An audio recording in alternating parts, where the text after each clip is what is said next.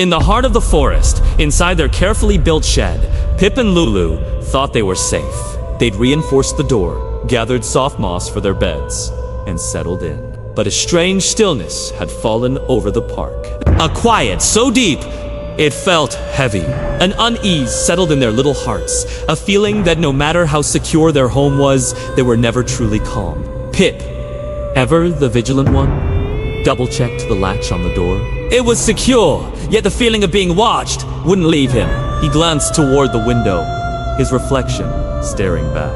But in the corner of his eye, something else was reflected, a tiny, faint shape that didn't belong. He whipped his head around, his heart pounding.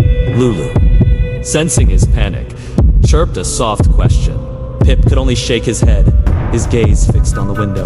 In a broken shot of mirror propped against the wall, a distorted, unfamiliar face flickered for just a second. It wasn't a monkey! A low hum seemed to fill the air, and beneath it, the slow, steady beat of a heart that was not their own. The next morning, the world felt tilted. Berries, usually a joyful treat, tasted like ash. Their eyes scanned the trees, the ground, everywhere but their food. Something was wrong. On a small ledge, their prized collection of acorns, stacked in a perfect pyramid, had a gap. One was missing? Lulu pointed, her brow furrowed in confusion. Pip began to count them, his small fingers tracing the empty space. His confusion hardened into a cold certainty. Outside, on the wooden window frame, 3 thin, parallel scratches appeared, as if etched by a careful hand. A frantic search began. They tore through their mossy beds, their panic rising with every empty handful. Then, Pip's fingers closed around something out of place. A single, long, straight strand of human hair. He held it up, then let it drop as if it were on fire. Their eyes met, a silent scream passing between them. Lulu crept to the window, peering through a crack in the slats. The shadows outside were all wrong, deeper and darker than they should be. They both stared at the window, the terrible truth settling upon them. Something had been taken, something had been left behind. This was no ghost.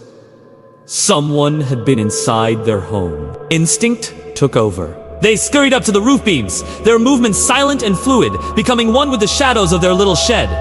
From their perch, they saw it all. The metal plate on their door latch was scuffed and shiny from recent use. And there, in the soft mud just outside, was the unmistakable, deep impression of a large human boot. Lulu's sharp eyes caught a glint.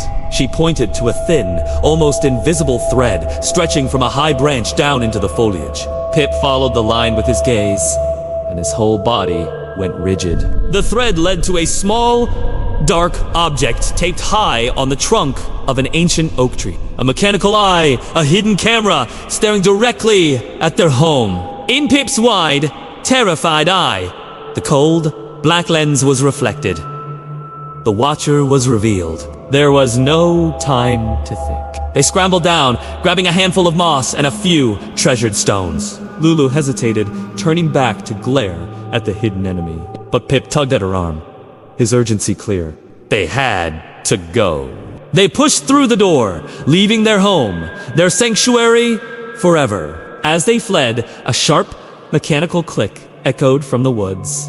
The eye had captured their escape. They ran low to the ground, pure survival propelling them into the darkening woods. Their only hope was the canopy, the high, thick branches where they might disappear. Their small hands gripped the rough bark, climbing with a desperate speed they didn't know they possessed. Glancing back, they saw it a single, malevolent red light, blinking in the distance. The eye was following them.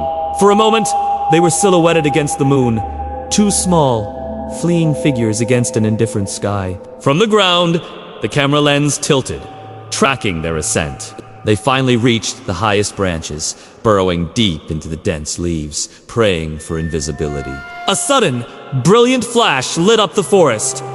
Their picture had been taken. The world felt vast and lonely. They huddled together, vanishing into the darkness of the treetop. Below, the camera slowly panned back, its unblinking gaze returning to the now empty, silent shed. The frantic heartbeat faded, replaced by a distorted, echoing melody, like a broken children's toy playing in the empty night.